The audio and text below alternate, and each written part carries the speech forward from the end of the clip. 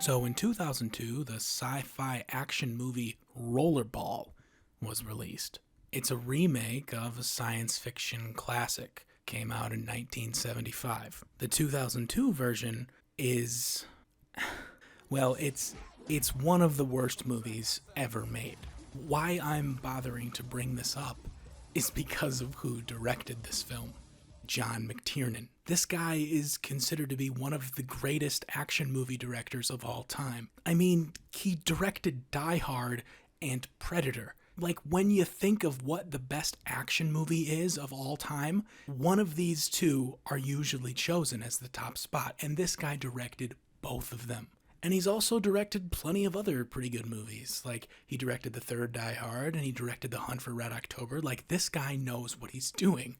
So it is just insane that a director this competent would come out with a movie this bad. And I know what you're thinking. You're probably thinking that if the director had had his way, it would have been a good movie, but the studio ruined it. It was a bad script, or the acting, or no.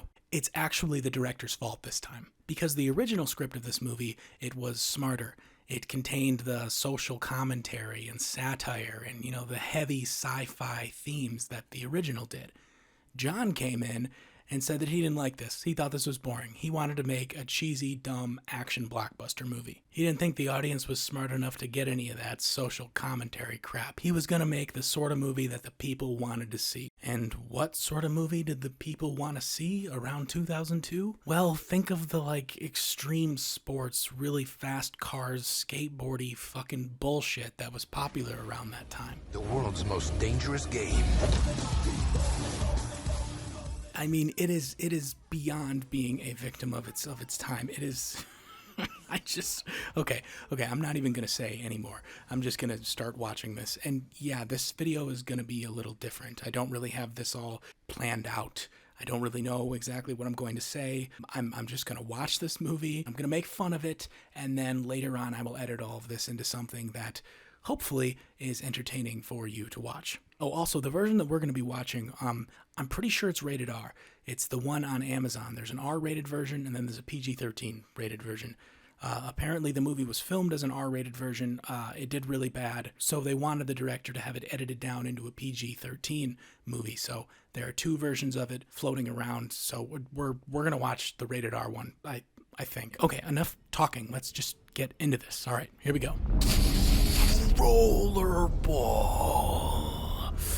Okay, so we see a shot of some silhouetted people that look like they are up to no good. And the guy from the American Pie movies, Jesus Christ, this is so early 2000s, Chris Klein, that's his name, the one that was doing the singing. Anyway, now he's trapped in the back of a van. But let's go back and listen to what this creepy old guy was saying. They're ready. 3 photographers, $250 each. I thought it was $400 each. Kid, are you in or out? Okay, so if you were to have started watching this movie having no idea what it was about, you might be thinking, at this point, with the information provided, that it's about something completely different. But no, it's not the sort of movie where a homosexual gangbang porn would be being filmed in the back of a windowless van. No. It's not that sort of XXX. It's that sort of XXX. XXX extreme, as in extreme fucking sports, man. This movie is about cool, extreme, radical, dangerous, cool shit that goes really fast, and I have a feeling that it's not going to let me forget it. Okay, so they're going downhill, San Francisco, Jesus Christ, this scene goes on forever. Look, I'm fast forwarding. I'm cutting out all the boring parts for you guys, all right? I'm moving this along. You have no idea how long this is actually taking. But oh boy, the cops are now chasing him. Oh shit, look out, kid. What a great jump. God, that little reaction. This kid here is the best actor in this movie so far. So Chris Klein doesn't want to hit the kid, so he goes underneath the cement truck, which is a decision I wouldn't have made. I would have just fucking crashed right into that flinchy little fucker. But whoa, wow, that guy really got sent flying from that. And okay, why play the glass break sound effect twice? I mean, I get that you cut back a half second when you cut to the other shot, so, to make the stunt look longer, but you don't have to, double up the sound effect. And the look Why would you double the look back? What are you doing? Who's editing this movie? Okay, so LL Cool J picks up Chris Klein here in a Porsche, and the cops I guess they just disappear. And Mr. Cool J tells him about this extreme sports game thing in some foreign place that's called Rollerball. You get a 5K bonus just for showing up, and if you make the team, so they must pay in explosive currency. they love Americans over there, especially baby-faced boy next door types like you. It's a place where even a doofus-ass white boy like you can get laid. Is that right? That's right. They ask you how you are, you They're just ready. have to say that 3 you're fine, photographers, and you're not really fine. You just can't get into it because So yeah, Chris Klein tells Mr. Cool J that he isn't interested in joining this rollerball thing and gets out of the car. My flight leaves at 9 p.m. tonight in case you change your mind.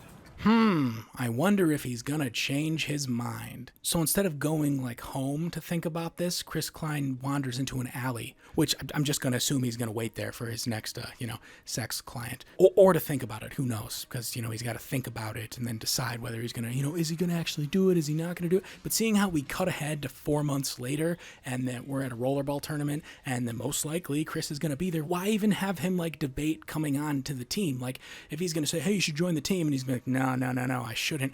And then 3 seconds later, he just makes the decision to do it. Why even have him say I shouldn't? Hey, I get it. Your nipples get hard at the very sight of me, right? Oh, look, there's Chris. See, Chris is here. I guess Chris changed his mind. And I guess he's already a star here, and I guess he also wears makeup, even though he wasn't like 5 seconds ago. Okay, and now we see the greedy owners of the sport, of the Racquetball League, and they have their TV screens that show them how many people are watching. Okay, Toba, big roar now. Let's hear it. Let's go. Roar. Great roar, Toba. And you hang tight up there tonight, okay? You too, Jonathan. All right. You know what, Chris? No. Don't lie to Toba like that. I'm sorry, Toba, but that roar sucked. And you were told to hang tight up there, as in sit still in the stands. It makes no sense for you to say you too, Jonathan. Think about shit before you let it come out of your mouth. Get your demon and sunglasses themed helmeted head out of your ass or you're done. Let's give him something to think about in case we see him in the playoffs. Yeah, that means teamwork. So no more cowboy hot dog shit. Hey, look at that nice wire. And then the movie spends literally multiple minutes explaining the rules of the sport, and it still doesn't make sense. I mean, it might make sense, but it's not worth learning if it does. I promise it doesn't matter. And okay, I guess we're rollerballing now. What is with the shit being played twice? So Jonathan stops for a drink in the middle of the game, but forgets to have the label facing the camera. See, this is all about marketing and corporations and capitalism and shit. You see, this is some deep social commentary because companies put ads on violent sports. That's wrong. Boo capitalism. Boom! Here comes the boom! Yeah, that song starts playing as we see players beating the shit out of each other while the team owners getting rich. Wow, brilliant satire right there, guys. The integrity of the game must be maintained. For the people, to keep their heroes alive. And to keep them gambling, of course. Corporations are bad. Now, for some stupid reason, Toba just wanders out onto the track. And then for some other stupid reason, the other team smashes him in the face with the ball. No, Toba! He was our puppy dog. You can't hurt a dog. That's just evil. But oh, look, people like evil because the ratings, they start going up. So the broadcasters, they keep replaying the footage of Toba being hit over and over. And for some reason, they play the same close-up gallon of spit spraying out of mouth shot that we, the people watching the film, already saw. So that's weird, but Chris is mad now. And goddammit, you don't have to play the sound effect twice like that. And what the fuck? You'd think that a movie that was 90% stunts would know how to, stunt. Okay, so after the game, Mr. Cool J is being interviewed. He asks if it's true your mother is a crack whore. You actually translated that. My mother's a pediatrician. That's the best part of the movie. I guarantee you that is as good as this movie is going to get. I should turn it off now and stop subjecting myself to this cancer, but I can't stop. It's so bad. It's already so bad, but I need more. I need more bad. I mean, it's going to give me an aneurysm, but I don't care. I need the bad, the shit, like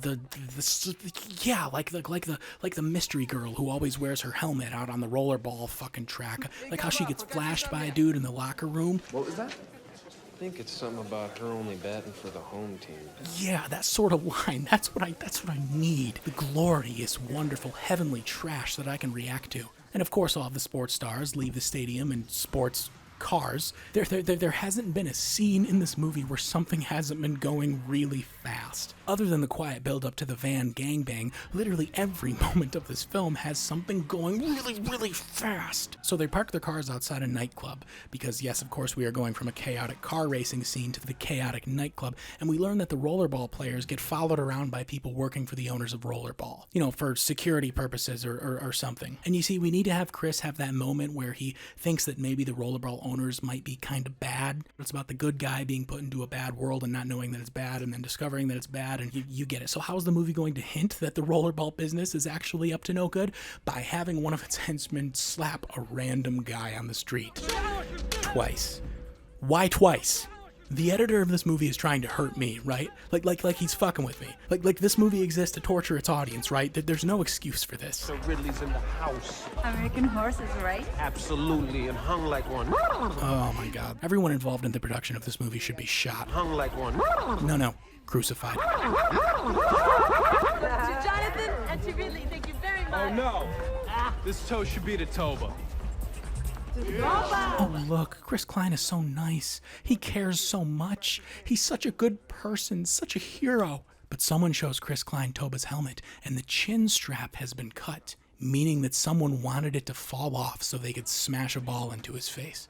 So someone sabotaged Toba's helmet before the game. But okay, if you go back, because yeah, I went back, I checked. If we go back and check, we can see that Toba's chin strap wasn't cut. So is this movie saying that someone walked up to Toga during the game and sliced his chin strap? Like sliced something that was right against his throat, like with a knife? Or did this movie just forget to have it cut in this shot? This is no time to zoom in for a crotch shot, okay? I need to know what happened to Toba.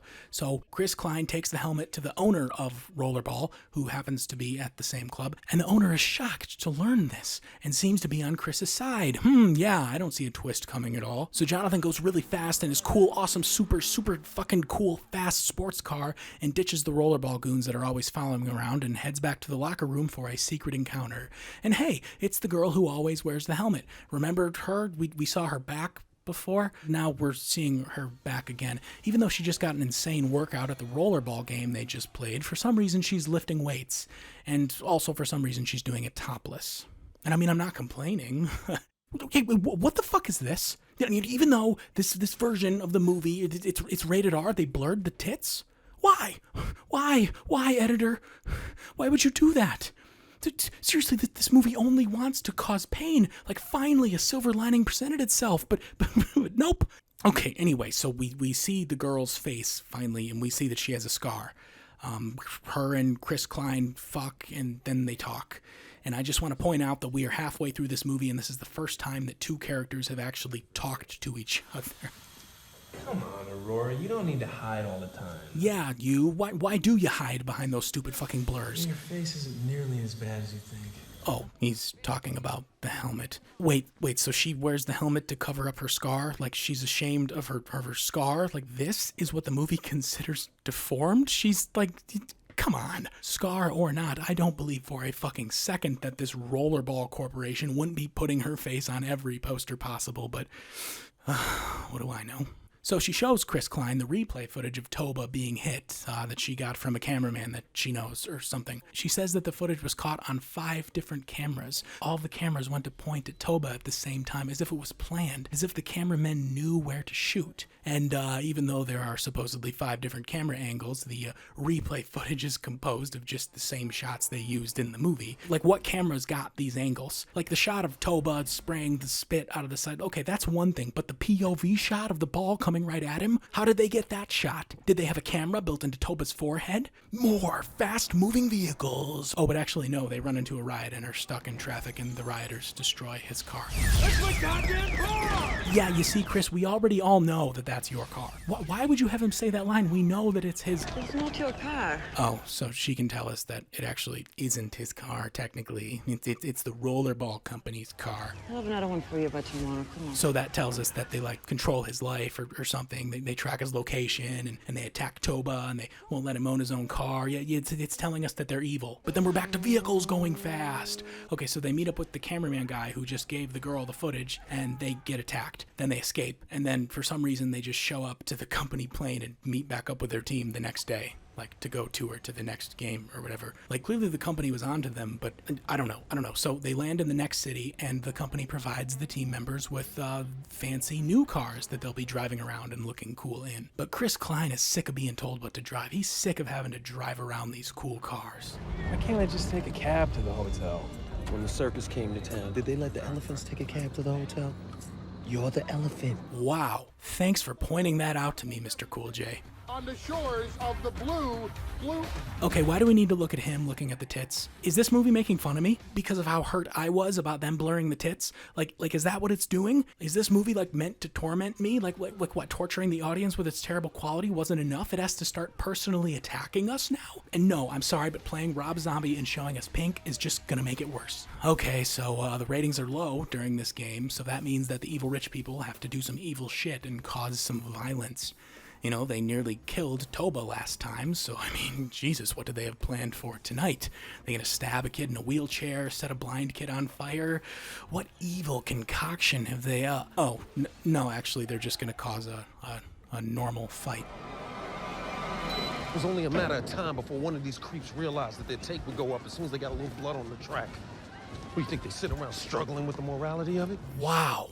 Again, thank you for explaining that to us, Mr. Cool J. Whatever would we do without your insightful fucking wisdom? Chris Klein's still going fast. Oh, look, and there's Slipknot, so I think that means we've checked all the boxes. And motorcycles go fast. Motorcycles catch on fire. Motorcycles go boom. But oh no, Mr. Cool J is hurt. Except I guess he isn't really that hurt. So, will both my studs be at practice tomorrow? Yes, sir. Excellent. Watch them. They take a shit. I want to know what it smells like. Well, that's some interesting dialogue. Oh, okay, so I get it. So this is how they're gonna escape. Like he wanted to end up in the hospital so they could escape from it. Okay, clever. Here, you can make it there by morning. I thought you two were gonna come with us, and then we... He has family here. I have my mother. Aurora, wait a minute. No. Okay, I've had enough of this. I'm sorry, but that is enough. Do you hear this line delivery? Aurora, wait a minute. No. Are you gonna be okay? Stop. Whose idea was it to have Chris Klein be an action star, or be the star in any movie, or be in any movie, or be hired to do anything ever? Yeah. Well, the Sky and Sophie World Tour is gonna be so tame in comparison. You'd never leave me, would you? Oh, are you kidding? Sophie, you've turned my world upside down. I wasn't jealous before we met.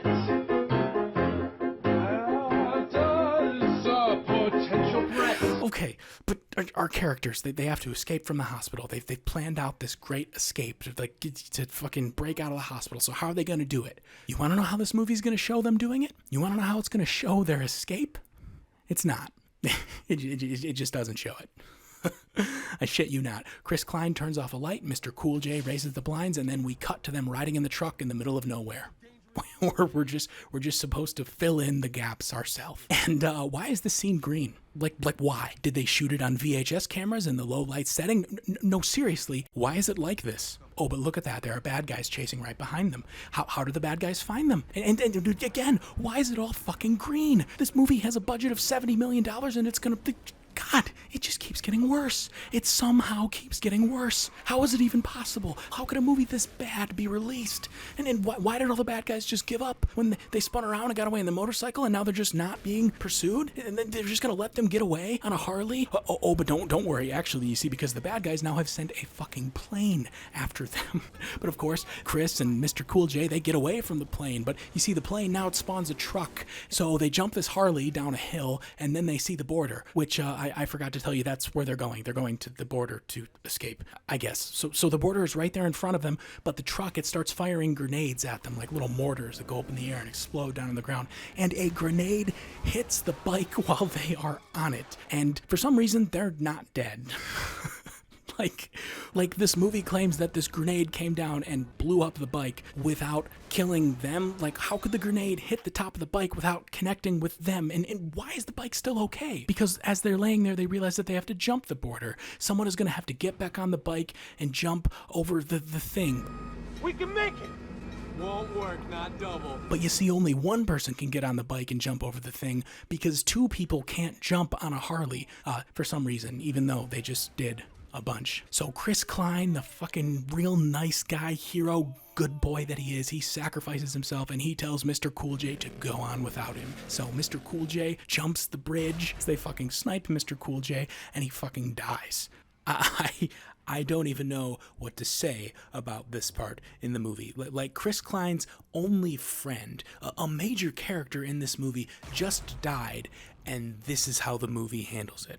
I'm just gonna let it play. I'm not gonna edit anything. What you see right after this is just how the movie looks. Just look at this.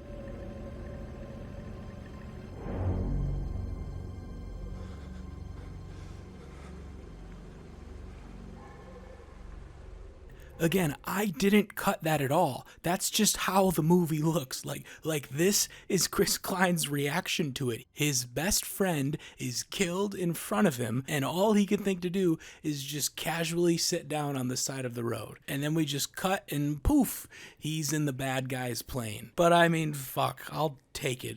At least it isn't green anymore. So, of course, the bad guy forces him to play one more game. And during the game, the other team is trying to kill him because the boss wants him dead, you know, as you would. But Chris Klein somehow single-handedly beats up the entire enemy team. And then he breaks into the owner's box and kills all the owner's guards. The movie doesn't even bother coming up with an explanation for this. Like, it doesn't even show the stunt. It doesn't even show how he does any of this. It just does this. So he chases the owner down into his little lair and fucking beats him to death. Just bashes his fucking head in. Oh, and then he kills the other big bad guy too. I don't think I mentioned the other big bad guy, but yeah, there's like another big bad guy. I mean, there isn't now, because the caring, virtuous, good guy that we've been rooting for this whole movie just fucking killed more people than the Columbine kids, but who cares? They were all bad.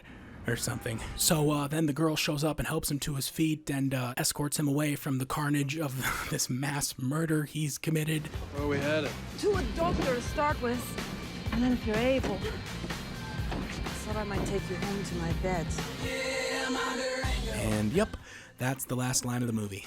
that is how this movie decides to end, with her saying, "I'll take you to my bed." It is a line that has the amount of subtlety that honestly it makes sense. It's representative of how this movie is in general. This movie is it's so fucking bad. I can't even, like, seriously, this movie is so bad, the makers of it should go to prison. Oh, wait, what a perfect way for me to segue into the fact that the director, John McTiernan, actually went to prison because of this movie. That's right, in 2013, John McTiernan was sent to federal prison because he made a false statement to an FBI investigator all the way back in 2006, who was investigating him because he illegally wiretapped somebody in 2000. Because McTiernan was concerned that the other producer of this film had a different vision for this film, so they were disputing about it. They were having, artistic disagreements or whatever, and he hired someone to wiretap him, which apparently the government wasn't a fan of all the way back in 2000.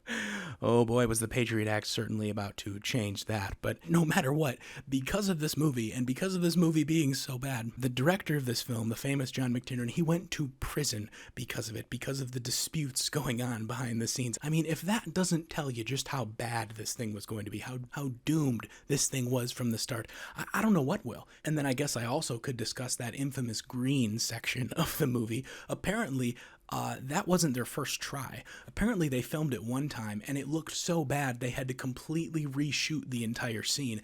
And this green monstrosity is what they came up with. All that green shit that I showed you in this video, that is the new and improved version of this movie. God, there are so many little things that I could discuss in this movie. I could discuss how it is just a perfect representation of the early 2000s, how the skateboardy, Limp Bizkit, Jinko Jeans, Rob Zombie, this weird white trash extreme sports type audience was so catered to, and how awful that was. But I think all of you kind of already have a general idea of that. I think you can already tell what I would say, so there's no point in even saying it. Honestly, I'm just sick of talking about this movie. I'm tired. This is exhausting. This video was exhausting, so I don't really have anything else to say. I'm just going to leave you with more of Chris Klein singing, so enjoy.